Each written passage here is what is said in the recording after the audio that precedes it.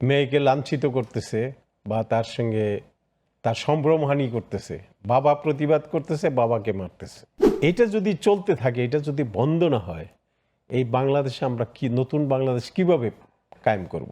এই নিরাপত্তার অভাবহীনতা আমাদেরকে, সমাজকে কোন দিকে নিয়ে যাচ্ছে?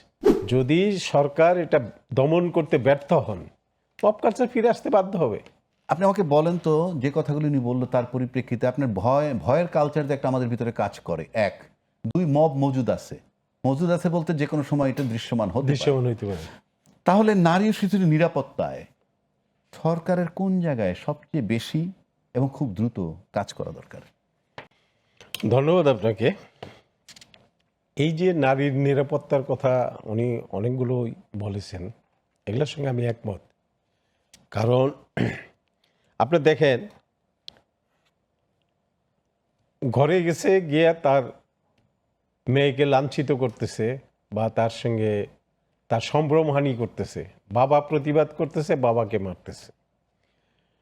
বাবাকে মারতেছে, যখন সন্তান এসে তার পাশে দাঁড়াচ্ছে সন্তানকেও পিটাচ্ছে। এই যে জিনিসটা, এই যে আপনি বললেন যে মব মজুদ আছে যে কোনো সময়, যে উনি বলেছে প্রতিবাদ থেকে প্রতিরোধ, এটা অত্যন্ত বাস্তব। এই যে আমরা যে 24-এর এই যে 2000 লোকের আত্মদানের মধ্য দিয়ে যে আমরা নতুন বাংলাদেশের স্বপ্ন নিয়ে আসলাম, এটা যদি চলতে থাকে, এটা যদি বন্ধ না হয়, এই বাংলাদেশে আমরা কি নতুন বাংলাদেশ কিভাবে কায়েম করব, কিভাবে প্রতিষ্ঠিত হবে? নারীর নিরাপত্তা নেই, সাধারণ মানুষের কোনো নিরাপত্তা নেই, আমার নিরাপত্তা নেই।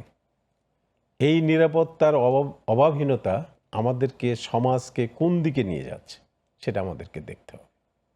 আপনার এই প্রশ্নের থেকে যদি আমি একটা প্রশ্ন করি, সেটা হইলেই যে বাবাকে টর্চার করছে, ছেলে প্রতিরোধ করতে আসলে সেও নির্যাতিত হচ্ছে, নারী শিশুর নিরাপত্তা নাই, মব কালচার মজুদ আছে, এই যদি হয় এবং আইন শৃঙ্খলা যদি প্র্যাকটিক্যালি কিছু করতে না পারে, দৃশ্যমান কিছু করতে না পারে, তাহলে তো সময়ের ব্যবধানে এই মব কালচার আবার ব্যাপকভাবে ফেরত আসার সম্ভাবনা আছে। আসতেও পারে।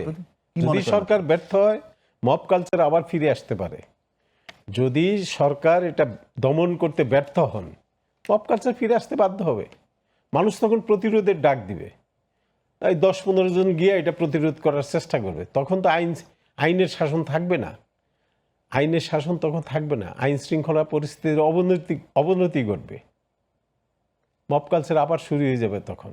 তাহলে এই যে আমরা 2000 লোকের আত্মদান, 4000 লোক চক্ষু দিল, আমার মতো 28,000 লোক আহত হলো, গুলি খেলো, রাস্তায় পড়ে থাকলো, আমরা কি কি নিয়ে আসছিলাম? যে আমরা একটা নতুন বাংলাদেশ সৃষ্টি করব, কিন্তু সেই নতুন বাংলাদেশ আমাদের আর তখন হবে না।